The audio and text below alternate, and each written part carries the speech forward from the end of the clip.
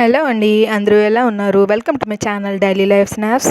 నేనైతే చాలా బాగున్నానండి. మీరంతా కూడా ఎలా ఉన్నారో కామెంట్ సెక్షన్లో తప్పక తెలియచేయండి. సో ఈరోజు మన వీడియో వచ్చేసి కర్రీ చేశానండి, కోడిగుడ్ల కర్రీ, కోడిగుడ్డు వెల్లుల్లి కారం అండి. సో అది ఎలా చేశానో చూపిస్తున్నాను చూడండి. ఫస్ట్ అయితే మనము మసాలా తీసుకోవాలండి. 2 స్పూన్లు ధనియాలు, కొంచెం జీలకర్ర, 4-5 మిరియా గింజలు, 3 లవంగాలు, ఒక అరించు దాల్చిన చెక్క, 2 యాలకులు, ఇవన్నీ తీసుకొని ఫస్ట్ మిక్సీ జార్లో వేసుకోవాలండి. 1 స్పూన్ కారం కూడా యాడ్ చేసుకోవాలి. వీటితో పాటే మనము మిక్సీ పట్టుకోవాలి. కారం కూడా మరీ మెత్తగా అయితే అవసరం లేదండి, బరకగానే పట్టుకోవాలి. అదిగోండి 1 స్పూన్ అయితే కారం అయితే వేసుకున్నాను నేను. మీ కారానికి తగ్గట్టు ఫస్ట్ 1.5 స్పూన్స్ అయితే తీసుకున్నాను. చిన్న చెంచా కాబట్టి 2 సార్లు వేసాను. మామూలు కొంచెం పెద్ద చెంచా అయితే 1 స్పూనే అవుతుంది. సో అలా కారం తీసుకొని మిక్సీ పట్టేసుకోవాలండి. మరీ మెత్తగా అవసరం లేదు, బరకగానే ఉండాలి. సో ఇది అయిపోయిన తర్వాత ఒక వెల్లుల్లిపాయ రెబ్బలండి తీసుకొని అందులోని మనము ఏదైతే ఈ ధనియాలు, ఈ జీలకర్ర ఇవన్నీ వేసి గ్రైండ్ చేసామో వాటితో పాటే వెల్లుల్లిపాయలు కూడా వేసి మరొకసారి 2-3 పల్స్ ఇచ్చుకుంటా 2-3 సార్లు అయితే చేసుకోవాలండి.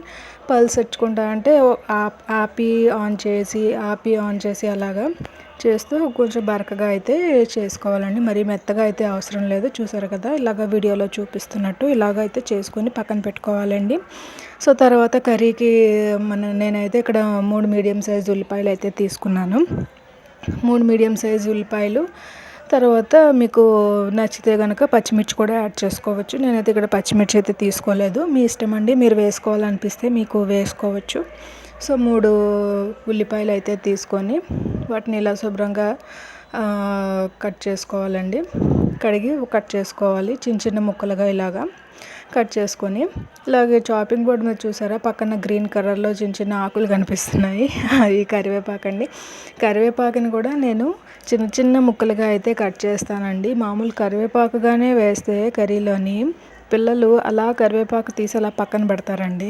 సో ఏదో విధంగా వాళ్ళకి మనము పొట్టలోకి పంపించాలి కాబట్టి నేను కరివేపాకుని కూడా చిన్న ముక్కలుగా అయితే తరిగి వాడుతూ ఉంటాను. సో ఇంకా వాళ్ళు ఇంకా తీసుకొని తినాలి అన్న వాళ్ళకి థాట్ రాదు, కర్రీతో పాటే తినేస్తారనమాట. సో చూడండి, కట్ చేయడం కూడా మీకు నేను ఇక్కడ చూపిస్తాను. కరివేపాకు, ఉల్లిపాయలు అయితే తరిగేసుకున్నాను కదా, ఇదిగోండి చూపిస్తున్నాను. కరివేపాకు కూడా నేను చిన్న పీసెస్గా అయితే కట్ చేసి, ఎందులో కన్నా కూడా అండి మనకి కరివేపాకు అన్నది రిచ్ ఐరన్ కంటెంట్ కదండి. సో కరివేపాకు అన్నది మనకి చాలా బెనిఫిట్స్ ఇస్తుంది. మన హెల్త్ ఇష్యూస్కి ఏవి కానీ బ్లడ్ బాగా పడుతుంది. అలాగే హెయిర్ కూడా మంచి గ్రోత్ ఉంటుంది, మన హెయిర్ బ్లాక్గా అవుతుంది. సో ఇన్ని బెనిఫిట్స్ ఉన్నాయి కాబట్టి ఖచ్చితంగా మనము తినాలి. మనతో పాటు పిల్లల్ని కూడా ఎంకరేజ్ చేయాలి తినమని. సో తర్వాత ఇక్కడ కర్రీకి అయితే స్టవ్ మీద కడాయి పెట్టేసుకున్నాను. ఒక 4 స్పూన్లు అయితే ఆయిల్ వేసుకొని కట్ చేసి పెట్టుకున్న ఆనియన్స్ అయితే నేను ఇక్కడ వేసుకుని ఫ్రై చేస్తున్నానండి. సో ఆనియన్స్ త్వరగా ఫ్రై అవ్వాలి అంటే, త్వరగా మగ్గాలి అంటే యాజ్ యూజువల్ మీ అందరికీ తెలిసే ఉంటుంది, కొంచెం ఉప్పు అయితే యాడ్ చేసుకోవాలండి. ఉల్లిపాయలు వేగేటప్పుడు ఉప్పు వేసుకుంటే ఏంటంటే ఆనియన్స్లో ఉన్న వాటర్ అంతా త్వరగా బయటకు వచ్చేస్తుంది. సో బయటికి రావడం వల్ల త్వరగా అయితే మనకి ఆనియన్స్ ఫ్రై అయిపోతాయి. సో మీడియం ఫ్లేమ్లో పెట్టుకొని ఆనియన్స్ని అయితే ఇలాగ మనము ఫ్రై చేసుకోవాలి. కాస్త ఆనియన్స్ ఫ్రై అయిన తర్వాత 2 సార్లు ఇలా మూత పెట్టుకొని నేను తీసుకున్నానండి, త్వరగా మగ్గుతాయని మూత పెడితే. సో చూడండి, కొంచెం సాఫ్ట్ అయ్యింది కదా. ఇప్పుడు నేను ఇందులో కొంచెం చిటికెడు పసుపు అయితే యాడ్ చేసుకుంటున్నాను. చిటికెడు పసుపు వేసి మనము కొంచెంసేపు ఇలాగ వేగనిచ్చి మళ్ళీ మూత అయితే పెట్టుకోవాలండి. ఉల్లిపాయలు ఇంకా మరి కాస్త సాఫ్ట్ అవుతాయి. మూత అయితే పెట్టుకొని ఒక 2 నిమిషాల పాటు మూత పెట్టుకోవాలండి. తర్వాత 2 నిమిషాల తర్వాత తీసి చూద్దాము. చూడండి, మన ఆనియన్స్ అయితే సాఫ్ట్ అయ్యాయి. ఈ మాత్రం సాఫ్ట్ అయితే సరిపోతుందండి. ఇప్పుడు మనము ఇందులోని గుడ్లు అయితే వేసుకుందాము. నేనైతే 3 కోడిగుడ్లు తీసుకున్నానండి. 3 కోడిగుడ్లు కూడా మనము ఇలా పగలగొట్టి ఇలాగ వేసుకోవాలండి ఆనియన్స్ మీద. ఇలా 3 కోడిగుడ్లు వేసుకొని మనము మూత అయితే పెట్టుకోవాలండి. ఫ్లేమ్ని మాత్రం మీడియం టు లో ఫ్లేమ్లో అడ్జస్ట్ చేసుకోవాలండి. హై ఫ్లేమ్లో మాత్రం అస్సలు పెట్టకండి, త్వరగా అవుతుందని, అస్సలు టేస్ట్ బాగా రాదండి.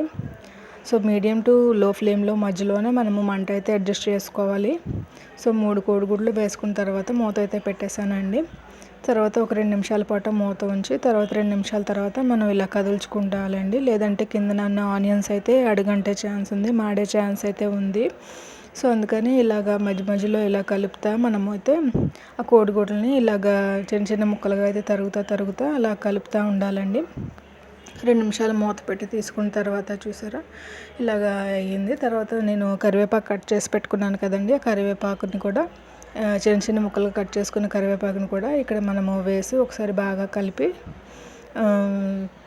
మూత పెట్టుకోవాలండి. ఈ స్టేజ్లో ఉన్నప్పుడే మీరు ఉప్పు అయితే అడ్జస్ట్ చేసుకోండి. నాకైతే ఉప్పు సరిపోయింది కాబట్టి నేను మళ్ళీ యాడ్ చేయట్లేదు. ఈ స్టేజ్లోనే మీకు తక్కువ అనిపిస్తే మరి కొంచెం సాల్ట్ అయితే యాడ్ చేసుకోండి. సాల్ట్ అయితే యాడ్ చేసుకొని మూత పెట్టేసి ఒక 2 మినిట్స్ పాటు ఉడకనియండి. సిమ్లో పెట్టేయండి. స్టవ్ని ఫ్లేమ్ మాత్రం లో ఫ్లేమ్లో ఉంచాలి. లో ఫ్లేమ్లో పెట్టి మూత అయితే పెట్టేద్దాము. ఇక్కడ మూత పెట్టి మనము ఒక 2 మినిట్స్ పాటు ఉంచుదామండి, మగ్గిద్దాము. సో తర్వాత 2 మినిట్స్ తర్వాత ఇగోండి చూసారా, ఇలాగా మనకి ఫైనల్గా గుడ్డు అయితే కుక్ అయిపోయిందండి. సో గుడ్డు అయితే బాగా ఉడికిన తర్వాత సో ఇలాగ కర్రీ అంతా పక్కకు చేసుకొని మళ్ళీ ఒక పెద్ద స్పూన్తో ఒక స్పూన్ ఆయిల్ అయితే తీసుకొని మనము గ్రైండ్ చేసుకున్న మసాలా అయితే అదే వెల్లుల్లి కారం అయితే ఉంది కదండి, అది వేసుకొని ఆయిల్లో 1 నిమిషం పాటు ఫ్రై చేయాలి. ఆయిల్లో 1 నిమిషం పాటు ఫ్రై చేసి దాని పచ్చివాసన పోయేంత వరకు ఫ్రై చేసుకొని కర్రీలో కలిపేసుకొని 1 నిమిషం పాటు మూత పెట్టుకోవాలండి. 1 నిమిషం పాటు మనము మూత పెట్టుకొని మగ్గించుకోవాలి. సో తర్వాత ఇగోండి 1 నిమిషం పాటు మూత పెట్టుకొని తీసుకున్న తర్వాత మన కర్రీ ఫైనల్ లుక్ అయితే ఇలా కనిపిస్తుంది. మీకు గుడ్డు చిన్న చిన్న ముక్కలుగా కావాలంటే స్మాష్ చేసేసుకోవచ్చండి.